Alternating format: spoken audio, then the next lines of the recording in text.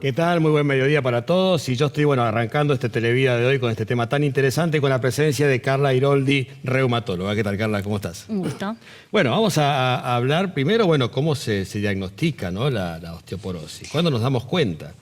En realidad es una enfermedad silenciosa. Nosotros tenemos que hacernos controles, sobre todo las mujeres. Las mujeres dejamos de menstruar y perdemos hormonas. Esa protección hormonal hace que estemos más propensos a la descalcificación. O sea, que se da más en mujeres. Es mucho más frecuente en mujeres.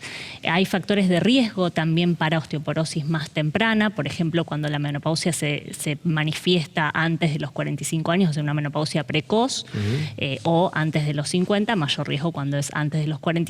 Claro. Pacientes tabaquistas, pacientes que recibieron corticoides, inclusive dosis no muy altas de corticoides, como 7,5 miligramos de prednisona en forma prolongada por artritis, por ejemplo, también es un factor de riesgo para osteoporosis.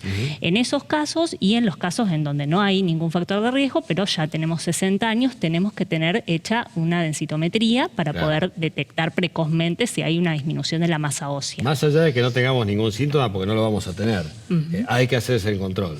Hay que hacerse la densitometría, sí. Bien. El estudio, los exámenes fundamentales son la densitometría, que se hace de columna y de cadera, idealmente de las dos regiones. En algunos casos, como escoliosis o mucha artrosis en la columna, se valora solamente la cadera, en los pacientes añosos sobre todo. Y un laboratorio, en los análisis de sangre, nosotros vemos los marcadores como el calcio, marcadores de formación y de resorción, como decía al principio del programa. Y es muy importante también hacer una radiografía de la columna. ¿Por qué? Porque nosotros vamos a ver la altura de las vértebras. Porque muchas veces uno hasta puede tener una densitometría normal y en la radiografía ver una disminución de una altura vertebral, y eso es un indicador de que se está aplastando o achicando la vértebra y por lo tanto que esa paciente tiene una osteoporosis severa.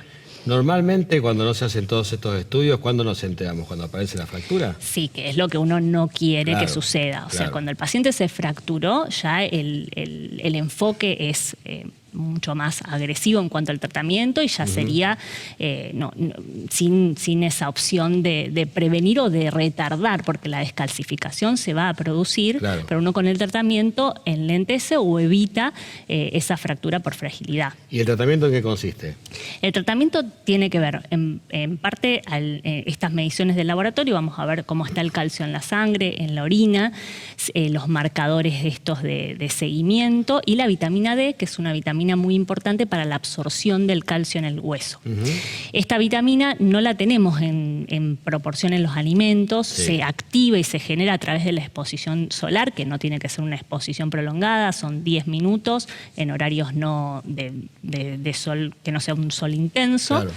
Y en la gran mayoría de las personas, a pesar de que tomemos estos recaudos de tomar sol, nos falta vitamina D. Es muy común cuando uno pide vitamina D a cualquier edad que tengamos déficit, insuficiencia, y según esos valores uno va a ir aportándolo en forma externa con medicación en dosis altas o moderadas para poder elevar el valor, y si no está bajo pero está muy al límite y tiene una osteopenia o una osteoporosis, uno hace un mantenimiento de esa vitamina D. ¿Es una medicación que vamos a tomar por el resto de nuestra vida? Sí. El que tiene déficit, probablemente si la deja de tomar, como no la aportamos con la alimentación, va a volver a bajar y por lo tanto voy a tener otra vez mayor riesgo de acelerar ese proceso de descalcificación. No obstante, hay gente que tiene más predisposición que otra, ¿no? Sí, hay factores endógenos de la persona y hay factores obviamente ambientales. Hay gente, por ejemplo, que vive en países europeos en donde no hay prácticamente sol.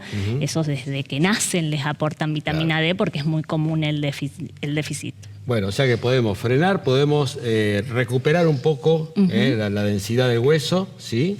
Y esto nos va a permitir que con el correr del tiempo, si tenemos alguna caída, que suelen pasar después de los 80 sobre todo, no quebrarnos. Así es. Y después si nosotros detectamos la osteoporosis, además de la vitamina D, hay medicaciones que uno tiene como herramientas para poder ganar un poquito de masa ósea. Hay medicación que ayuda a formar masa ósea y otra que ayuda a que no se desgaste tanto o no se reabsorba tanto, tanto por boca como por vía endovenosa o subcutánea. Para osteoporosis tenemos varias alternativas de tratamientos muy efectivos. Bueno, Carla, vamos a dar una dirección. ¿Dónde estás trabajando? Sí, estoy en COT.